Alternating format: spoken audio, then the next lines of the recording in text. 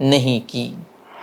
حکومت نے نیٹ امتحان میں دھاندلی سے متعلق معاملے کی جانچ CBI کو سونپ دی ہے۔ مرکزی حکومت نے نیٹ UG امتحانات میں دھاندلی کے الزامات کو سنجیدگی سے لینے کا دعویٰ کرتے ہوئے اس معاملے کی جانچ CBI کو سونپ دی ہے۔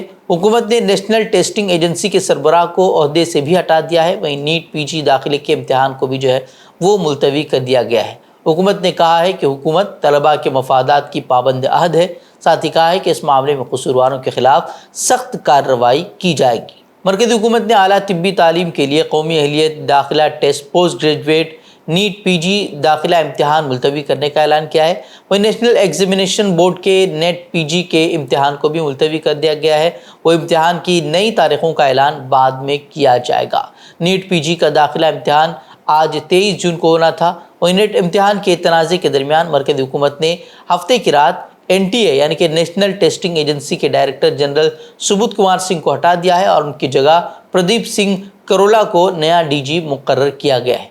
9 دن میں 3 امتحانات کے تعلق سے تنازع اور ان میں سے 2 امتحانات ملتوی کر دیے جانے کے بعد شیو سینا لیڈر پرینکا چترویدی نے آواز بلند کی ہے۔ انہوں نے مودی سرکار اور وزارت تعلیم پر شدید تنقید کرتے ہوئے کہا کہ ملک کے مستقبل کے ساتھ کھلواڑ کرتے ہوئے لاکھوں طلباء اور ان کے لاکھوں والدین کو شدید قسم کے ڈپریشن میں مبتلا کیا جا رہا ہے۔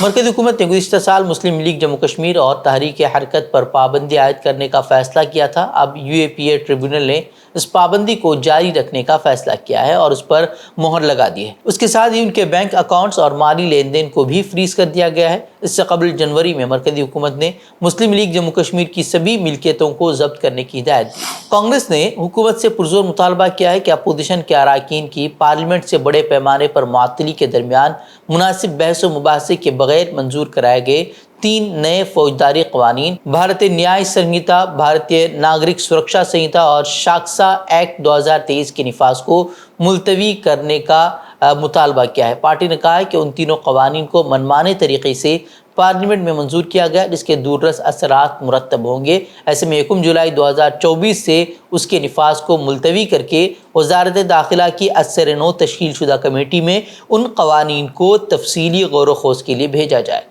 قابل ذکر ہے کہ مرکز کی مودی حکومت نے Indian penal code, code of criminal procedure اور انڈین ایویڈنس ایکٹ کی جگہ پر مذکورہ 3 نئے فوجداری قوانین پارلیمنٹ کے سرمائی اجلاس میں اپوزیشن کے سخت احتجاج کے باوجود منظور کر لیے تھے۔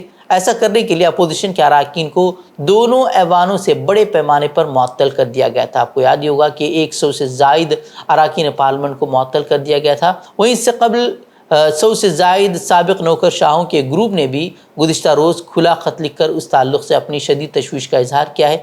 نوکر شاہوں نے قوانین کے بارے میں اپنے خدشات کا اظہار کرتے ہوئے کہا ہے کہ اس سے حکومت کو ایسے ثوابدیدی اختیارات حاصل ہو جائیں گے کہ کسی کو بھی مجرم قرار دے کر اس کو گرفتار یا حراست میں لے لیا جائے گا اور اس پر مقدمہ چلایا جا سکے گا۔ یہی نہیں، اس قانون میں حکومت کو جائز اور غیر متشدد اختلاف رائے کو وسیع پیمانے پر مجرمانہ بنا کر جمہوریت کے عمل کو مفلوج کرنے کا اختیار بھی دیا گیا ہے۔ اس طرح کی بات انہوں نے کہی ہے۔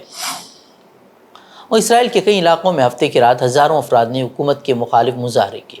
مظاہرین نے اپنے مظاہروں کے دوران ملک میں نئے انتخابات کرانے اور غزہ میں یرغمالیوں کی واپسی کا مطالبہ کیا۔ شن بیٹ کے سابق سربراہ یوول ڈسکن نے اسرائیلی وزیر اعظم بنجامن نتنیاہو کو ملک کی تاریخ کا بدترین اور ناکام ترین وزیر اعظم قرار دیا۔